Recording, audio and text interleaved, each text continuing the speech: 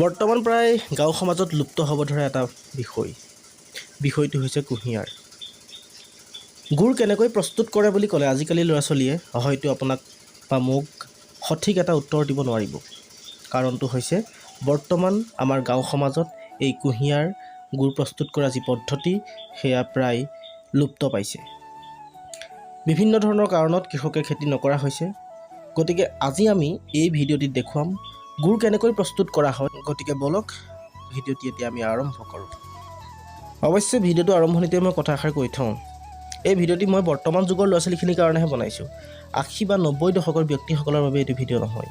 কাৰণ তেওঁলোকে জানে গুড় কেনেকৈ প্ৰস্তুত কৰে বা কুঁহিয়াৰ কেনেকৈ পেৰা হয়, তেওঁবিলাক হয়তো নিজেও কৰি পাইছে। কিন্তু বৰ্তমান যুগৰ ল'ৰা ছোৱালীয়ে কুঁহিয়াৰ কেনেকৈ পেৰে বা গুড় কেনেকৈ প্ৰস্তুত কৰে সেই বিষয়ে একেবাৰেই জ্ঞাত নহয়। গতিকে সেইসকলৰ বাবে সেইটো ভিডিঅ' বনোৱা হৈছে। অৱশ্যে এইটো ভিডিঅ'ত যি পদ্ধতি দেখুওৱা হৈছে সেই পদ্ধতিটো প্ৰায় আধুনিক। কিয়নো 80 বা 90 দশকত যেতিয়া কুঁহিয়াৰ পেৰা হৈছিলে তেতিয়া এনেধৰণৰ মেচিন ব্যৱহাৰ কৰা হোৱা নাছিল। তেতিয়া মহ ব্যৱহাৰ হৈছিল। কৃষকসকলে বৰ্তমান এটা মহ পোহপালন দিয়াত অপৰাগ হৈ পৰিছে। কাৰণ মহটোৰ বাবে খাদ্যবস্তু যোগান ধৰাত এটা মহৰ বাবে বৰ্তমান কৃষকে খাদ্যবস্তু যোগান ধৰি মহটো পোহপালন দিয়াৰ ক্ষেত্ৰত বহুতো অসুবিধাৰ সন্মুখীন হ'ব লগা হৈছে বৰ্তমান সময়ত।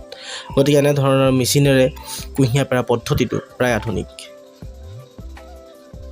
এনেদৰে মেচিনত কুঁহিয়াৰবোৰ সুমুৱাই দিয়া হয় আৰু যিটোৱে চেপিয়ে তাক ভীম বুলি কোৱা হয়। আৰু সৌৱা পিছফালে দেখিছে কুঁহিয়াৰ যিখিনি জাবৰ সেইখিনি পিছফালে ওলাই যায়।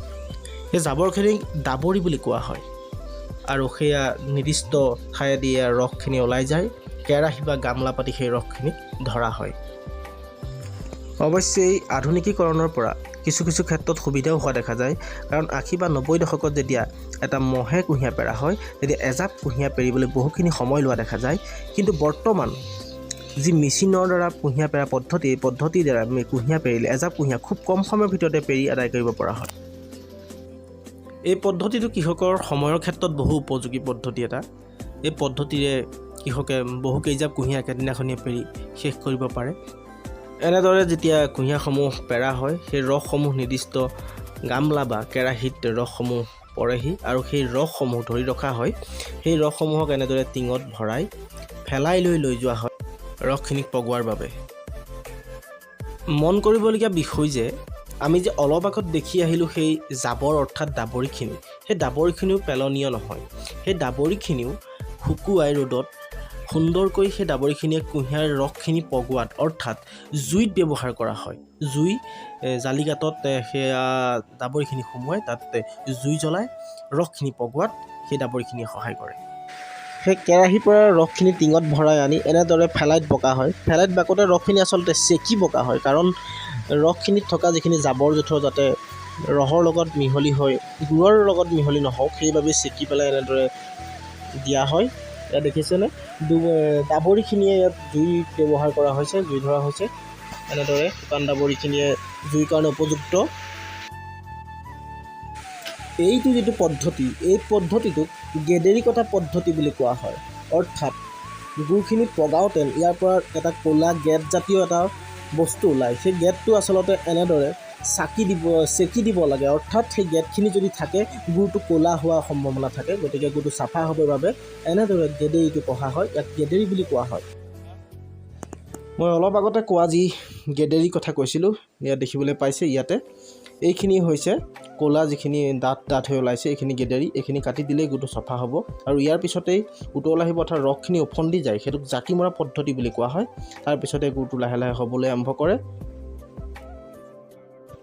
অৱশ্যে আমি জাকি মৰা পদ্ধতিটো আপোনালোকক দেখুৱাব নোৱাৰিলোঁ, কিন্তু বৰ্তমান গুড়খিনি হৈছে। এইখিনি গুড় আচলতে শুকাই ইমানখিনিত ৰয়গৈ। গুড়খিনি বহুত শুকাই যায়। তাৰপিছত এনেকৈ ফু মাৰি যে ফু মৰা দেখিছে, এই ফুটোত আচলতে ফুটটো টান হয় নে ঢিলা হয় সেইটো ইয়াত জোখা হয়, কিমানত ফুটটো ৰাখিব। গতিকে এনেকৈ লানি নিচিকা হৈ গৈছে যিহেতু ইয়াক নমাব পৰা হৈছে। ইয়াত বাঁহ সোমোৱা হ'ল, এইফালে বাঁহ সোমোৱাই বৰ্তমান গুড়খিনি নমোৱা হ'ব।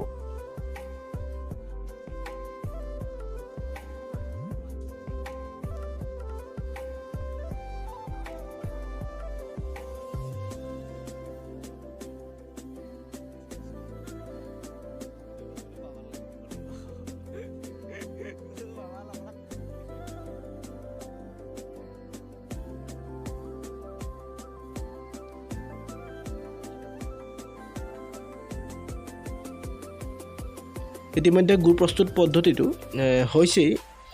এয়া ঘুটি আছে গুড়খিনি, আচলতে এইটো গুড় ঘটা বুলি কয়। ইয়াৰ পিছতে গুড়খিনি অলপ টান হ'ব লাগিব। বৰ্তমান লিকটীয়া গুড় হৈ আছে, এইখিনিও খাবলৈ বৰ ধুনীয়া। আৰু ইয়াৰ পিছতে গুড়খিনি টান হ'ব, তাৰপিছত নিৰ্দিষ্ট পাত্ৰলৈ গুড়খিনি ভৰোৱা হ'ব আৰু তাৰপিছতে বিক্ৰী হ'লে বিক্ৰী আৰু খোৱাৰ হ'লে খোৱা হয়। ভিডিঅ'টো ইমানখিনি আছিল, ধন্যবাদ।